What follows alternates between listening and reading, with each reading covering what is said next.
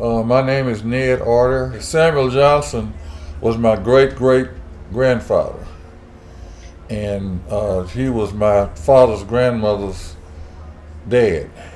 And Samuel started the 8th of August once he got freed.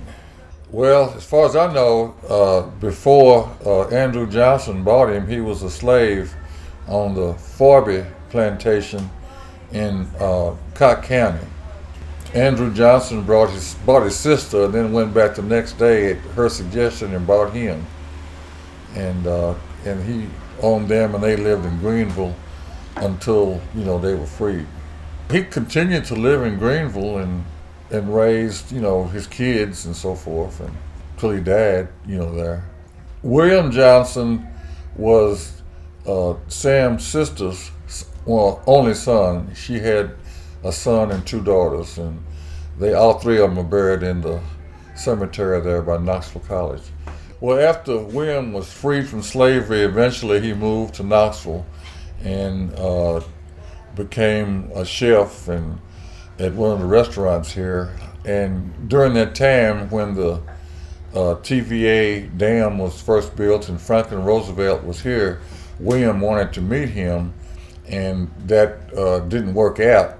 And the famous news reporter Ernie Powell was eating one day in the restaurant where Samuel worked, where William worked, and somehow it was brought to his attention that William had wanted to meet the president, and so Ernie Powell decided to interview him and ended up writing a story about William and so forth, and he was syndicated like Walter Winchell or somebody big, and of course it wasn't in television back then, so he had to read the newspaper. But anyway, Eleanor Roosevelt read the article and then showed it to her husband, Franklin Roosevelt, and I don't know if the Secret Service didn't have automobiles in Knoxville at the time, but anyway, a Secret Service agent came from Louisville, Kentucky to down to Knoxville to pick him up and take him to Washington, D.C. and to meet the president. Well, during the time of meeting the president, I guess they, give distinguished visitors little gifts or whatever. But anyway, the president gave William this cane, which he always kept with him up until the time that he passed away. Well, the cane looks like brown wooden material, and the handle appears to be silver. At least it tarnishes like silver. And I think that either my father's grandmother or one of her daughters got the cane when William passed away, and it's been in the family ever since. Somehow my father ended up with it, and then later on I got it. Okay. Well, did you know the importance of the cane? No, I sure didn't. And I at the time, I used to, see it and all, and I knew who Franklin Roosevelt was, but I didn't know who William Johnson was. Well, their names are on it? Yeah, they're both named. One's named on one side, and one's name is on the other side. Okay. So, William died in 1943. Okay, 43. I was thinking it was 39. Yeah. Because I was just born in 43, so, but I just always remember it, being around.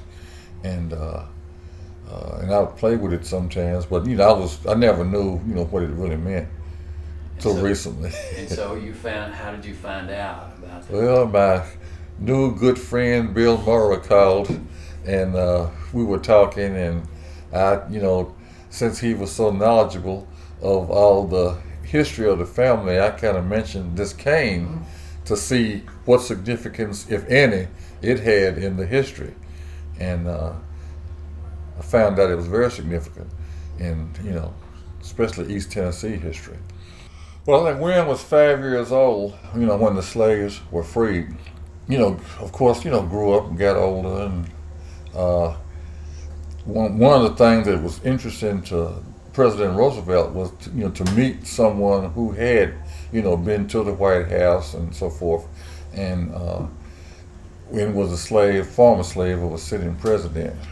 Well, I got very interested, in the 8th of August, and I came down here a few years ago to the celebration in Greeneville, and which was where my father was born, and then I wasn't able to make it this year because I didn't know that they were having it. But I had planned to come to this one, and then after I got here, I found out about another celebration in Parrotsville, which I attended yesterday. So hopefully going forward, I'll be able to keep up with the dates of all of them, and be able to attend. My family, is from here, and I come here every year anyway, just about. And even if it's just on the way to Florida, on the way to North Carolina or something, I've always, enjoyed coming to Knoxville and the Smokies and Pigeon Forge and Cherokee and, Gatlinburg and all of that. So I just enjoy coming. I always have. Yeah, I can remember, before the interstates, we had to come on the, I think it's Highway 25 or something on through Corbin, Kentucky and all, and then, come here, and if you came on the train, it was 12 hours. If you drove, it was 12 hours. So, and I was kind of happy to see the expressway, so it didn't take then it's 5 hours now. I visited my father's two aunts that lived on Douglas Street at the time, and I also had some cousins here on my father's side, and then the aunts were on my father's mother's side. So I've got both sides here.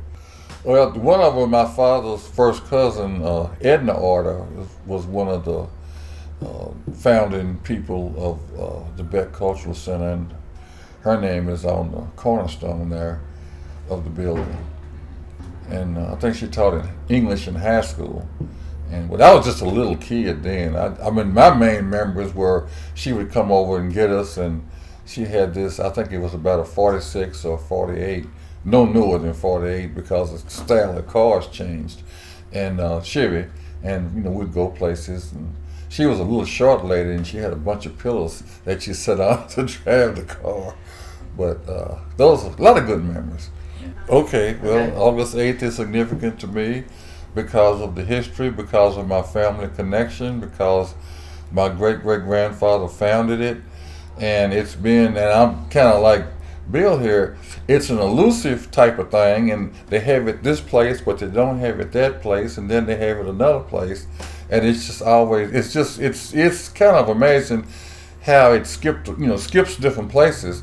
And I remember this gentleman I used to work with when I was about, 18, 19 years old. He was from Paris, Tennessee, and he would always take off and go home for the 8th of August. And so I knew what 8th of August kind of was, but I didn't know all this. And then, see, where I live at, we don't celebrate it, but about 60 miles north of there, in a place named Eminence, Kentucky, they do celebrate it. And it's just, I think it's 19 or so different cities that it's celebrated in. Hopkinsville's one, Paris, Tennessee's one, and and I forget the name of the city up in eastern Kentucky, where it's celebrated, but maybe it'll catch on and be celebrated more places.